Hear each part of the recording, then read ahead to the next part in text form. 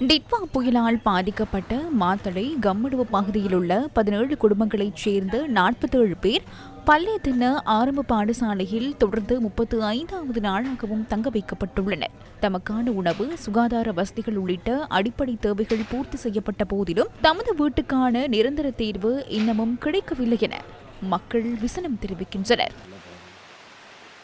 நாளைக்கு நாளாண்டிக்கு நாங்கள் ஸ்கூலில் பாடம் கொடுக்க வேண்டிய சூழ்நிலையில் இருக்கோம்.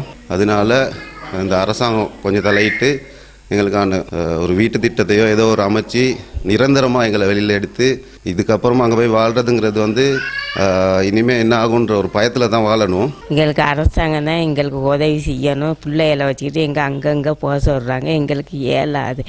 ரிப்போர்ட்டு வருதுங்கிறாங்க. ஒன்றுமே சொல்கிறாங்கல்ல. நாங்கள் எப்படி பிள்ளைகளை வச்சுக்கிட்டு இருக்கிறது? இந்த விடயம் தொடர்பில் மாத்தளை மாவட்ட அரசாங்க அதிபர் பிரசன்ன மதநாயக்கவிடம் நியூஸ் ஃபர்ஸ்ட் வினவியது. மாத்தளை டிஸ்ட்ரிக்டே மேவனவிட்ட மாத்தளை மாவட்டத்தில் தற்போது அனர்த்தங்களால் பாதிக்கப்பட்டுள்ள இடம்பெயர்ந்தவர்கள் தங்க வைக்கப்பட்ட அனர்த்த முகாம்களின் எண்ணிக்கை 18ஆக தற்போது குறைவடைந்துள்ளது. குறித்த மத்திய நிலையங்களில் 276 குடும்பங்களைச் சேர்ந்து 706 பேர் தங்க வைக்கப்பட்டுள்ளனர்.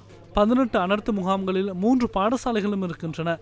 எதிர்வரும் நாட்களில் பாடசாலை ஆரம்பமாவதற்கு முன்னர் இந்த பாடசாலைகளில் இருப்பவர்களை தமது உறவினர்களின் வீடுகளில் அல்லது வேறு இடைத்தங்கள் முகாம்களில் தங்க வைக்க முயற்சி செய்து வருகின்றோம். මේ පිරිස නැවත ඒ ස්ථානවලට යොමු කරන්න තමයි අපි අදහස් කරලා තියෙන්නේ.